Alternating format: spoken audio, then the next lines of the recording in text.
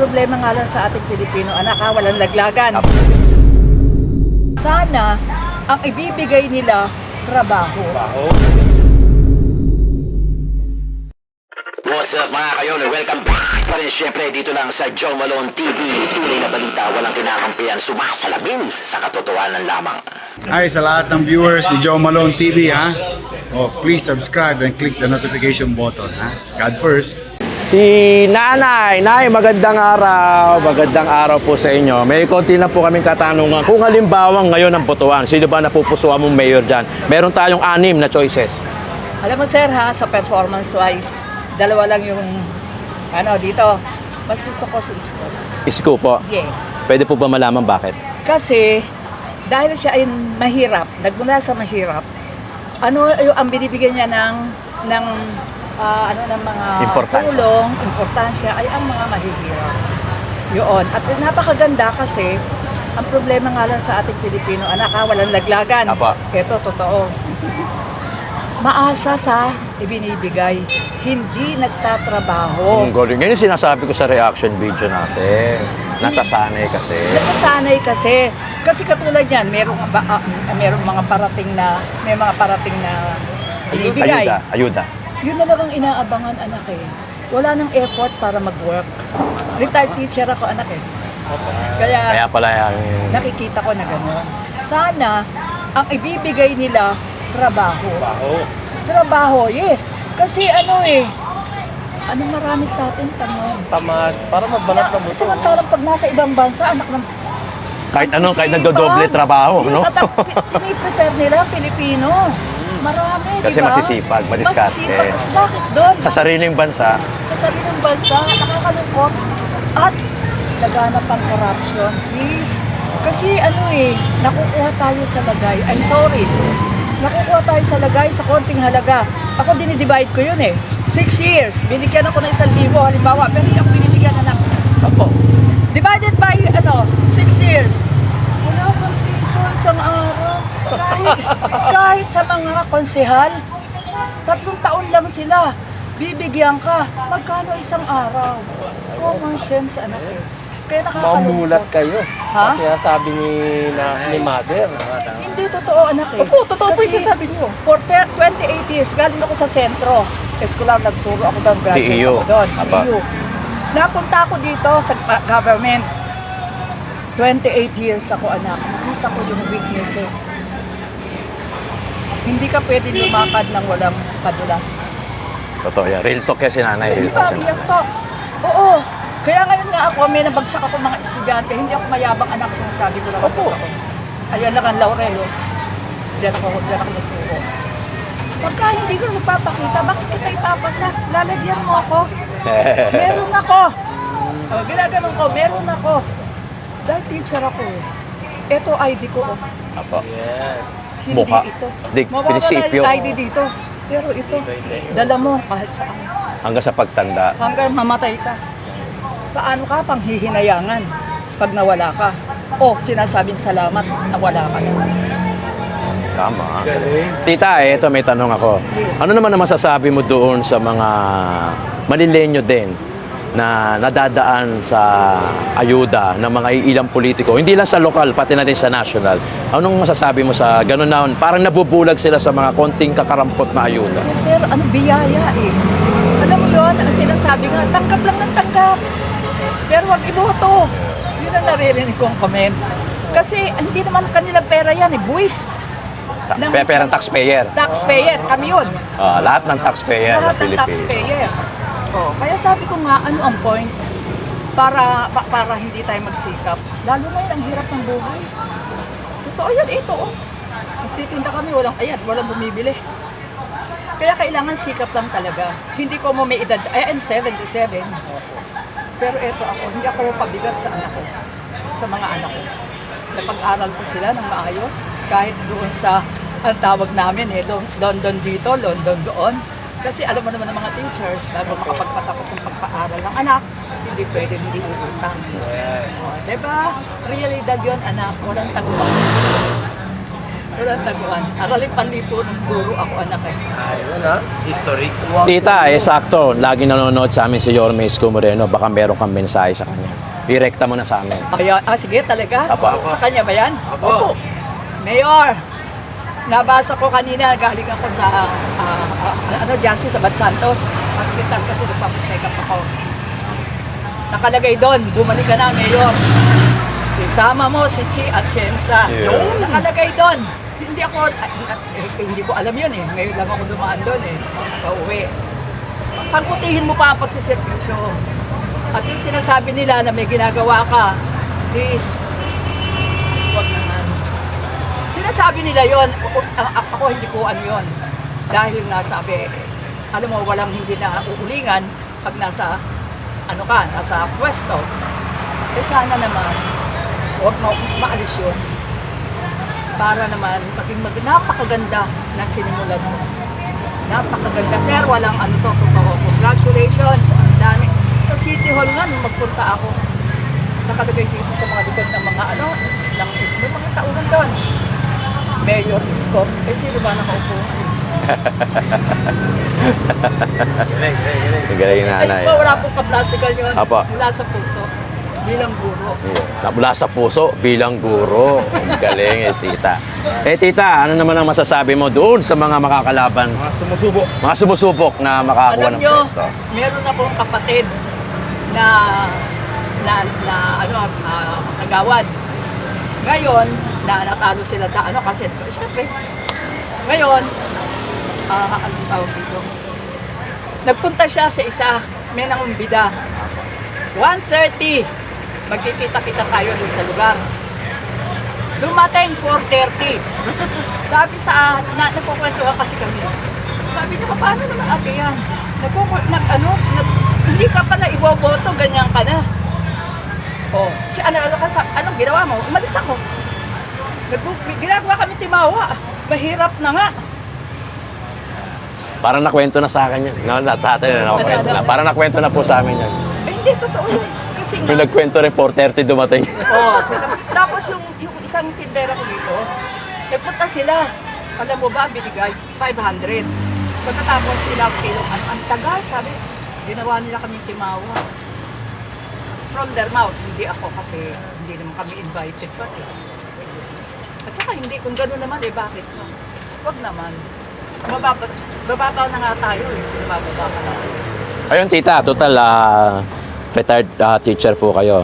Hingi na lang po ako ng mensahe para doon sa mga Manileño na kung paano maging wais, lalo-lalo na pagdating sa pagboto. Kasi tayo magluluklok kung sino man yung gusto natin paupuin. Huwag tayo, at pakiusap ko bilang mamamayan na lang pala. Maynila. Huwag tayong padala sa mga bigay, regalo. Tanggapin natin kasi binibigyan tayo. Hindi tayo humihingi. Yes. Kaya lang pakiusap, ang iboto ninyo, yung nararapat at karapat dapat.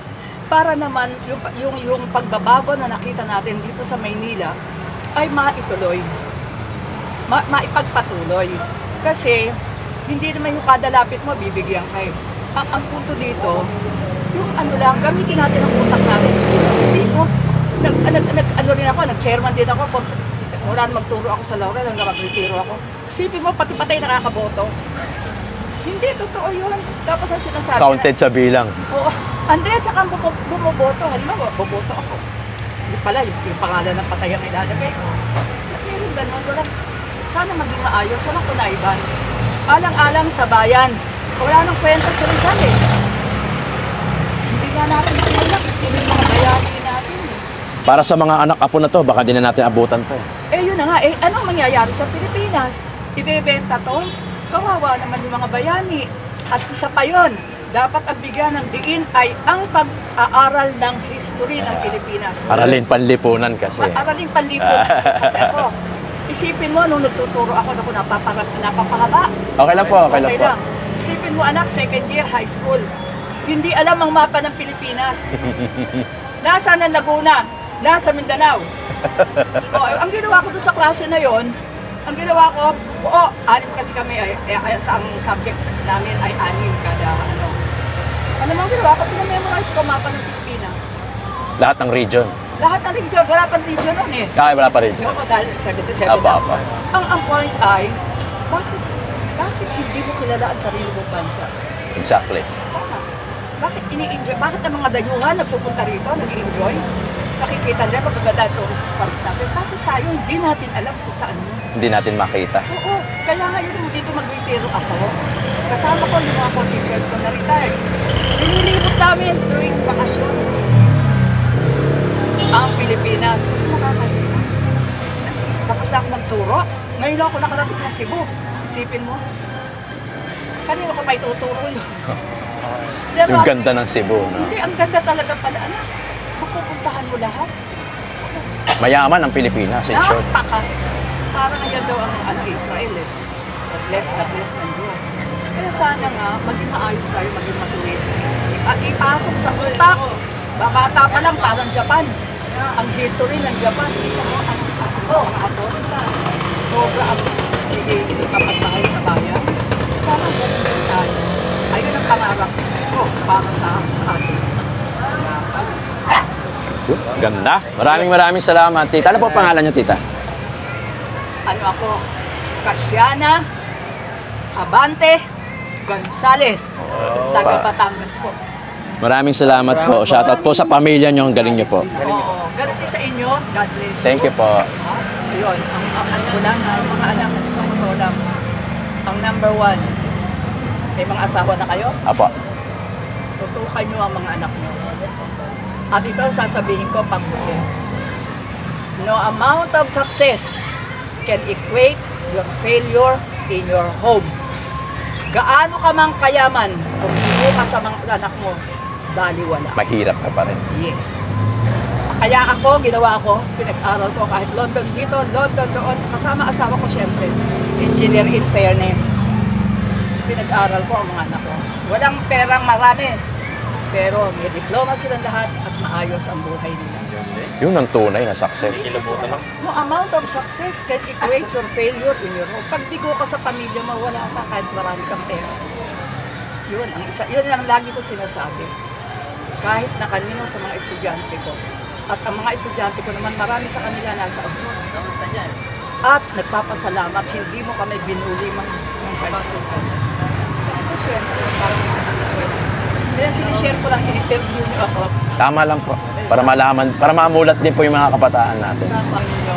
Basta yun sa interview, yun lang, hindi ako mahilig anak sa maepad, hindi ako maepad. Kahit na ano yung na-achieve ko sa Laurel, hindi ko dinadagdag. Kaya kahit mga anak ko, hindi ko wala. Mas maganda yung marami ka na-achieve, ang Diyos ang nakakaalam. Saka yung na-share niyo po yung Ayan yung ganito. yung ganitong klase. Kaya nga sabi nga sa akin ng sabi nga sa akin ng mga estudyante ko, Ma'am, alam mo, kada taon iba yung sinasabi ko. 1, isa na lang.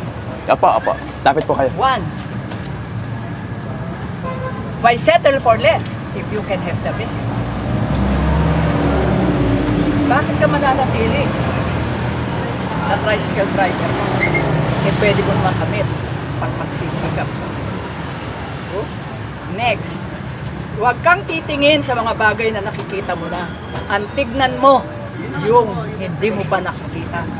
May isang sumagot sa akin, alam mo sa Facebook, Ma'am, nasa Europe po ako ngayon. Buti ka pa, ako nasa Pilipinas. Hindi ko natatin. Yun, maganda yung ganun, anak eh. Tapos meron pa yung, Hawaii Center for meron pa eh. Marami ako sinasabi sa kanila na sila nakakatanda. Nasasabihin, Ma'am, ito tinuro mo sa akin. Sabi ko, salamat, nakaka-apekto ako sa inyo. Meron ako mga estudyante na sidecar boy ngayon. Kung nag-aral kayo, hindi kayo ganyan. Wala namang masama eh. Kaya lang sana at naiangat nyo ang sarili nyo para sa mga anak nyo. Ayun. Kasi makakapamilya ako anak. Hindi ako mahilig sa material. Kahit natikman ko din naman yan sa magulang ko.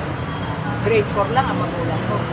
Ang tatay ko. Pero tinuruan na kami ng mga ayos. Kaya sinishare ko lang ito sa inyo. Sa inyo din. Sa anak ha. I-friend ninyo ang anak ninyo. Ipasyal nyo. Bigyan nyo ng time. Pati mga misis nyo. Dahil ang misis lang ang misis, parang katulong na lang yan. Hindi mo kinukumusta. Hindi ako pakialamera, anak. Opo, opo. Pero, pare, ang bata pa kayo eh. Kumustahin mo naman. Tulungan mo naman. Hindi yung para kang doon. Pagkuhan, pagkahain ka. Maghapon, pagod na pagod. Walang trabaho asawa ko. Kaya ang trabaho niya, di ba, Alila? Sa bahay. Sorry. It's a strong word yung totoo. Kaya ako naman hindi. Nagtuturo, sa sideline kung ano-ano kapag tapos lang yung anak. Kaya hindi ako stay sa bahay. Kaya yun ang sinesend ko sa inyo. Mahalin ninyo ang pamilya ninyo. Kasi uso ngayon, may kabit, kalabit. Broken family. Broken family. Yes. Ang laki anak ng effect sa bata. Sa mga bata. Hanggang sa tumandayan. Dala-dala nila. Marami po siguro din na naging, Cursed generation. maraming broken home. Sira ang buhay nila. Kaya nakakaawa. Mananagot tayo pag tayo ay napunta sa langit at tamatay tayo. Magsusulit tayo, tandaan nyo.